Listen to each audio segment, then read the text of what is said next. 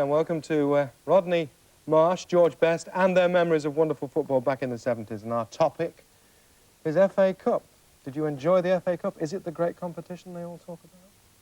Well, it is, obviously, I mean, because there's always a chance of, you know, year after year, major upsets. You know, the big boys getting knocked out by the little clubs. And that's the part of the thrill and excitement of the FA Cup, you know, because it happens year after year. Well, as far as I'm concerned, it's the only time when anybody in the country can play anybody else. You know, once the amateur teams go through into the third round, you can have somebody like Wigan drawing against Manchester United, and you know, who knows what's going to happen on any given day. And that's why it's such a romantic and such a, you know, a fun thing to be involved in. And the fact that it's just a single game, it's not like the two-legged business, it's a single game, isn't it? Does that make a difference, George? Well, you mean, Rodney and I, we talk about this a lot, getting results in games. I know Rodney believes that even, you know, league games, there should be a result, because that's the way it is in America. Plus the fact that Wembley itself, to get there, is a special occasion. If you're a big club like Manchester United, Manchester City, Everton, Liverpool, I really do feel that you don't really want to get drawn against York at York. You don't really want that. You know, you much prefer a home tie against anybody, but the last thing you want is to be drawn against, you know, one of those teams like Wigan or you know, or Scunthorpe away from home. You don't really want that for two reasons. The first reason is you got nothing to win. If you go away and you win anyway, everybody says, well, they should have won at a big team. But the team you're playing against, they rise to the occasion, they prepare differently, they say, oh, this week we're playing against George Best, let's go and kick him, and things like that. And so often, those third and fourth division teams, they elevate themselves and probably play to a standard they couldn't reach before. Yeah. Away from the Minnows and the Sharks, big teams, when they play each other, I guess the Cup had something special, doesn't it? Yeah, I mean, especially when you're talking about the two teams we're going to watch. You can't get much bigger. I mean, it's an occasion when they play each other anyway, but in the Cup, it's an even bigger occasion, but particularly in the semi-final. Liverpool versus Manchester United, and indeed, this is the semi-final. Looking at those two teams, comments, gentlemen? Well, both teams, I mean, jam-packed full of internationals. I mean, so you would expect a classic. It doesn't always work that way, but with the sort of players on show there, you know, the Dalglish and, you know, Souness, and Martin Buck and Steve Coppell, I mean, the whole team, you know, it looks like a classic, doesn't it? Let's go over then to Main Road, and we're talking about the date, March 79, FA Cup semi-final, Liverpool against Manchester United.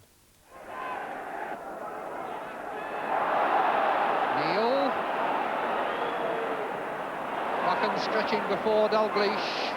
Thompson. Defence had come out for offside, but didn't make it. Case. Dalglish. He's wriggled round McElroy. He's lost Buchan. He's got a chance. What a goal!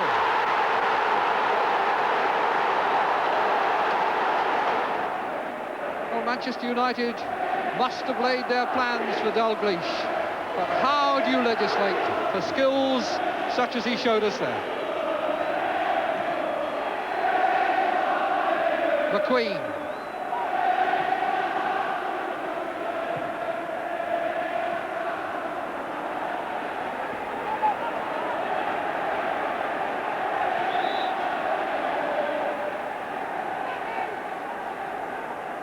Jimmy Greenough. Jordan will jump, and he's got it!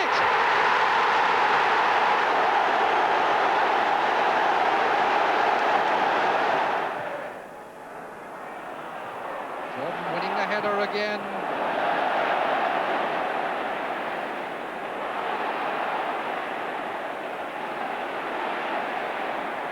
Coppell gets it across. Greenough! Marvellous turn there by Jimmy Greenough. Jordan's arm went across Hansen there. No foul given. Looked as though there was one by Greenough on Thompson, or even vice versa, but the referee, I think, maybe decided it was 6 of one and half a dozen of the other, and lets them go on with Alveston against Johnson. And Case Harrison. McQueen. Clearance goes straight to Neal. Kennedy is going into the box. McDermott plays it in, and it's cleared by Alveston. Came for the return, under pressure gave it away. Case. In early towards Dalglish, and the referee has given the penalty. McQueen has protested his way into the referee's notebook. Buchan equally unconvinced. But a penalty it is. Terry McDermott will take it. And he's hit the post and lost it. Liverpool still in possession. Johnson. Souness. Tremendous clearance there, and I'm not sure whether it was Buchan or whether it was Bailey.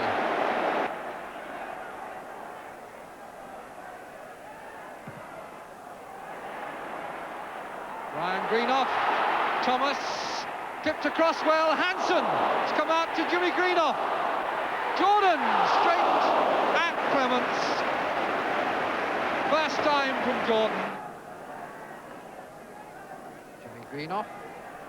Three men lined across the edge of the penalty area. That's Brian Greenough. Kennedy's header out. Jimmy Greenough back in. Koppel poaching. And Brian Greenough has scored. Hansen clears. Dalglish. Case. Johnson.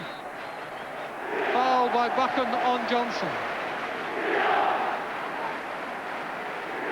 But it just shows how much these cup semi-finals are one-off games that really seem always to have little relationship to what has gone on before them. Liverpool now having conceded 2 goals in an hour and a quarter, which is as many as they had conceded in the whole of their 15 previous matches.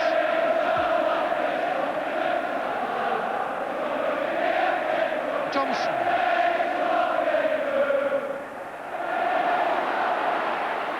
Johnson got ahead to it. Bailey waited, and his decision was vindicated.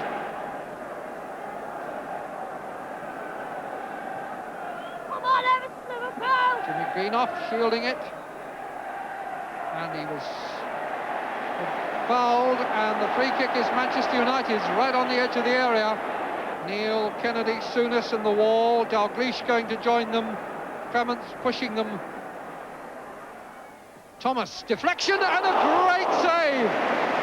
That was England class from Clements. But Manchester United growing.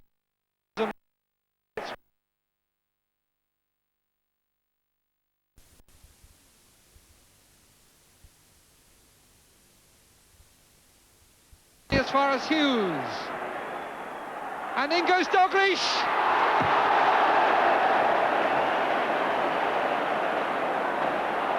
Jordan, Jimmy Greenough was onside. Clements has come all the way and met it first. He was 15 yards outside the area when he met that, Ray Clements.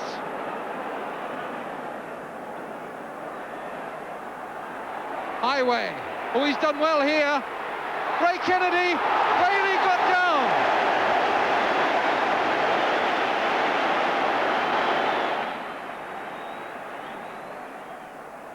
Dalglish overhead towards Johnson. Souness off the line.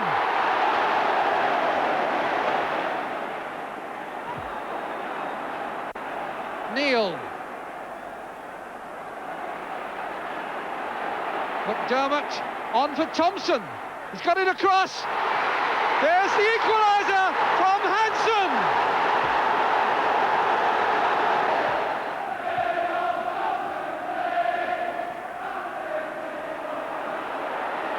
Hughes striding forward. On for Dalglish. Highway, a deflection. That's awkward for Bailey. And he held it well.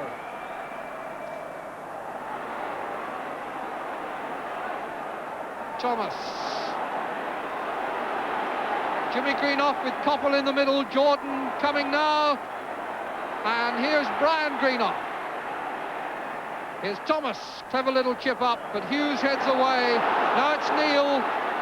Minute and a half left. 3 in the break for Liverpool. Highway. Dalglish in the middle. Johnson there. McDermott going. Highway shot. Great save again by Bailey. And on the watch, 60 seconds from a replay. Buchan's header out. McDermott across again. McQueen clears. Hughes. Dalglish. Dalglish curling it! Just over the top. Dave Sexton. Calm face, but what goes on underneath? And we're now in the time that the referee is adding on in this momentous cup semi-final. Bailey under pressure again. Oh, one-handed. What a hero Gary Bailey has been in this last 10 minutes. There's not really been a pin between them. They've given us a really marvellous game. A marvellous game, that one ending 2-all. Yeah. Tremendous. Imagine winning the replay 1-0 and then losing to Arsenal in the final, which we won't talk about. No, we don't. That's magnificent stuff, wasn't it? Yeah. Magnificent stuff. Liverpool had a lot of difficulty winning the FA Cup, the one trophy they couldn't win for a long time. Say anything about Liverpool? Yeah, I feel sorry for them. All right, leave Liverpool out. I mean, yourself. I mean, you never played in an FA Cup final, did you? No, actually, the year in '63 when United won it, when they beat Leicester, I signed professional a couple of weeks after the game. I was actually at it. And the following season, I'd got in the first team. And I'd got to the semi-final of the Cup. And at the time, I would have been the youngest player to appear in the final if we'd have made it. And the 4 teams left in the competition were West Ham United, when they had a very good side, Manchester United, Preston and Swansea. So I think everyone except the Preston and Swansea fans wanted, obviously, United and West Ham to be kept apart. As it happened, we were drawn together. And West Ham beat us, went on to win the Cup. And Preston also got to the final, and Howard Kendall became the youngest player to play in the final. Right. And funny enough, Howard was born exactly the same day as me. So if we'd have both got to the final, it would have been a little bit of a... So, but I never managed the final. It's the one regret, I suppose, I've had. It would have been nice. Never to regret. Because it is a bit special. I always thought cup games were, you know, if you ask any player, the league is a long grind. 42 games is a long season. And I always thought the cup was a nice diversion from that. And we had when I was at Queen's Park Rangers, we had a tremendous win in the League Cup final at Wembley when we beat West Brom 3-2 after being 2-0 down at half-time. And they were a first division team. And Queen's Park Rangers were in the 3rd division. And that was a brilliant, brilliant game for me. Someone asked me to ask you, why didn't you accept a loser's medal for Manchester City? There was some final there. Did you? Yeah, we got to the League Cup final at Wembley in 73 or 74, and we lost to Wolves 2-1, and we were so superior on the day, it was a joke. I mean, Manchester City should have won the game at least 5 or 6 goals. And I gave away the winning goal with about 2 minutes to play. How did you do that, Rodney? I backheeled the ball in my own box straight to John Richards. And he had no trouble in beating Joe from about 3 yards out. No, I put my heel in the way of a cross, and it skidded off my heel across the open goal and right in front of the goal. And you weren't trying to be flash? No, but after the game I was so upset at losing that I refused to take my medal, yeah. And I got fined by the FA and all that stuff. And the only person ever to refuse a medal at Wembley, and, you know... Always been a troublemaker, haven't you? Yeah. Got a suitable rebuke from the Football Association and the league, but... It's a tough world to be a rebel, isn't it, really? For both of you. Right, let's look at another cup game, please. Boothbury Park, and we're talking March 71. It's Hull against Stoke City, FA Cup, 6th round. Neil with the kick. Simpkin, Houghton, Butler, Wagstaff going for Wagstaff! Magnificent goal! We thought he'd take his time over it, but he put that one past Banks. 14 minutes gone, and a delirious Ken Wagstaff puts Hull City into the lead, and even Gordon Banks can't stop those. Burrows with the throw to Conroy, Wilkinson ever with, and the flag up for a throw to Hull City.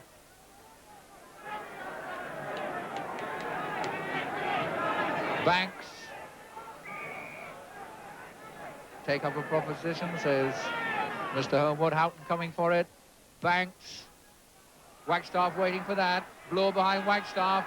Chilton for Wagstaff. Waggy's going for again. It's going to be number 2. It's there. A superb goal by Wagstaff. conceived and lethally finished.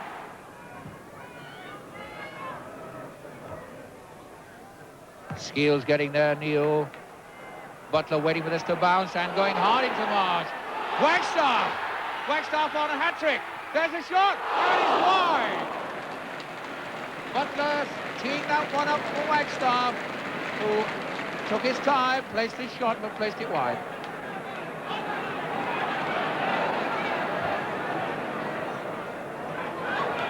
Neil and Ritchie in contention there. Burrows a good one for Conroy. A chance for Conroy as McKechnie comes out. I think Conroy's going to do it. He scored. Conroy's been quick to do that. Terry Conroy. A long through ball. Conroy onto it.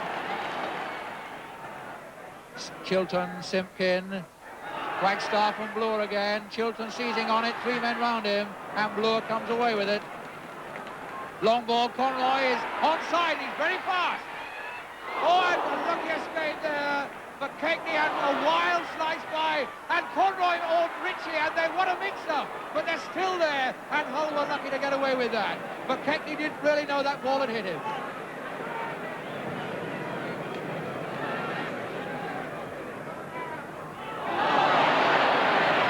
Skeels, Burrows. Good cross, Ritchie's there. Headed away by Wilkinson. Houghton going for it, missing it. Pescic.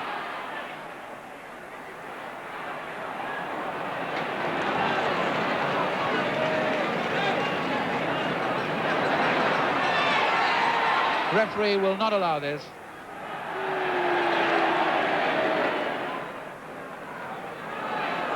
Simpkin again. Butler for Simpkin. Corner. Simpkin winning a corner from Marsh. Lord, what a good one. Palmed away. It's got out. Chilton clipping it back. Lord again, missing it. Lord and Simpkin. A corner off Lord. But no, it looks as though Mr. Home would have seen a defence in the penalty area, so it all goes for nothing. And away comes Stoke. Conroy and Ritchie bursting up the middle. Neil. Good dummy by Banks.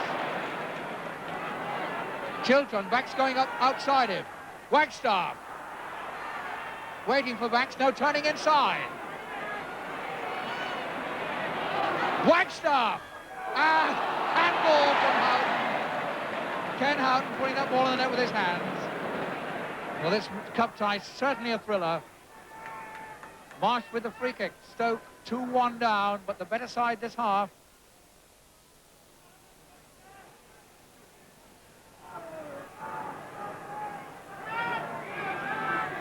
Stoke have 7 men running into the penalty area. McKechnie comes out, punches, and a chance for Burrows.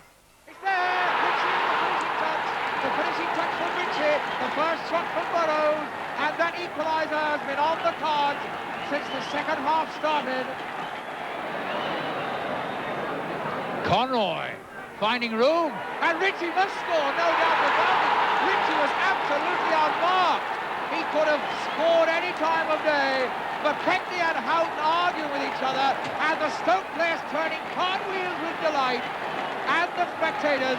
But as Conroy chipped that over, Ritchie just stood there and picked his spot. Nobody was near him. But you can see from the reaction of the Stoke players how important the cup really is. I mean, even if it's not a classic game, it means so much. Just to, 41,500 people there. And to be fair on Stoke, they got to the semi-final the year after. They won the League Cup around that time. Yeah. They had a period for a while, when they were a good team and won a lot of games, and you know, they could have been done a lot more. And but as I say, the cup is a one-off tournament, and you know, anybody can beat anybody, anywhere, anytime. As we come to the close of this, we've been looking at football in the 70s and games and classic stuff, and loving the goals and the mistakes. And I think you loved it when that guy headed the ball after the goal is out. Pedrick did that. Would you have liked to do that yourself? It's the kind of thing you'd have loved to do. I did something similar against Gordon Banks once in an international, and I still believe it was a goal. Because I used to actually study goalkeepers, how they kicked the ball. Some drop kicked it, some threw it up and kicked it. And Banksy used to throw it up, and while it was in the air, I figured it was in play. and I knocked it in once and scored once. The referee disallowed it, and a couple of weeks later I did the same thing against Pat Jennings. I tackled him as he cleared the ball. He drop-kicked it and knocked it in the net, and they allowed it, so just... It just shows you, in the very old days, back in the 50s, the goalkeepers never got that kind of protection, did they? I mean, No, they that's got your bashed all fact. over the place. You're right, and there's a very famous incident of Nat Lofthouse when he knocked Harry Gregg in the back of the net at a cup final. And those type of things would never be allowed today. Actually, if that happened today, but what he did there, I mean, it's a bit of fun, I suppose. He'd probably get his name taken today. No, he definitely would. But If he was playing in Scotland, he'd be fined and, and taken to prison, I should think, yes. Yeah. Let's not be too rude about that. As we close this, I mean, are we looking at, you know, the modern game in the 80s, late 80s in Britain? Isn't that wonderful? I know you watch the Bundesliga over there in America. You, George, you travel around the world and you watch American football more than you watch English football, but... Oh, no, I think to compare... This programme is about cup games. And to compare cup games of the 80s to the 70s, I think there's probably as many equally exciting games now than there was in the 70s. It's just that the reason we're here is to talk about nostalgia. And I don't think that even though the games will be exciting in the 80s, I don't think the personalities are in the games, albeit they still are exciting. I think one of the reasons is that two of the great personalities are sitting in here at the moment. Thank you very much for spending this programme with us. It's been a pleasure for me. Memories and Marsh and Bess, thank you both very, very much. Thank you for watching. Hope you enjoyed it. Cup ties, these two. We'll see you again. Bye-bye.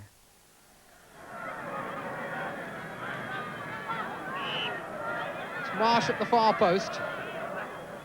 Booth, now to Marsh. He doesn't miss those. Commentary claiming he was offside. Not quite firmly enough. Marsh couldn't pull it down the end to get a second chance. Marsh! Ill to set things in motion again for City, pushing it up for Donachie.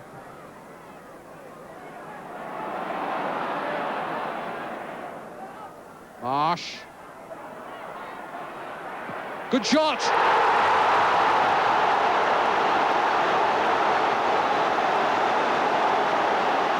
A touch of the real Rodneys. Oh, what a goal that was. And now Gillard. Marsh was calling for it, and a slip there allows Marsh to go in! A goal by Marsh! What a goal! Mike Kelly absolutely beaten. And Rodney Marsh puts Rangers ahead with 5 minutes gone. And now Mike Ferguson with the corner, Clement right up there, as you'll see. Marsh getting ahead to it! Oh, Rodney Marsh! A second goal to Marsh! Summerhill harried and hustled all the way by Clement and hustled into an error, and Ferguson is right there in the middle of it. Will it come through to Marsh? Oh, look at that for skill by Marsh! Oh, and what a goal! Rodney Marsh's hat-trick! Buchan still right up there in that West Ham penalty area. But O'Neill to George Best again. Getting past Robson. Still with Best. Letting one go, and a goal! Sadler is up there at the near post. Good back header,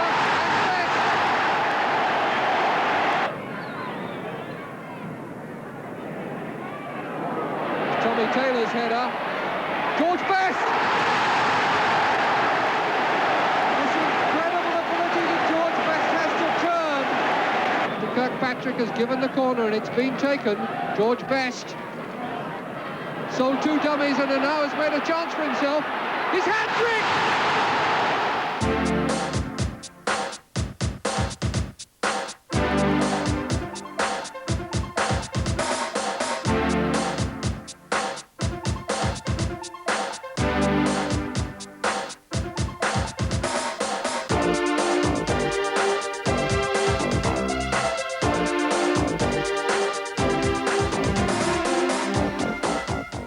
That was the last in the present series of Best and Marsh.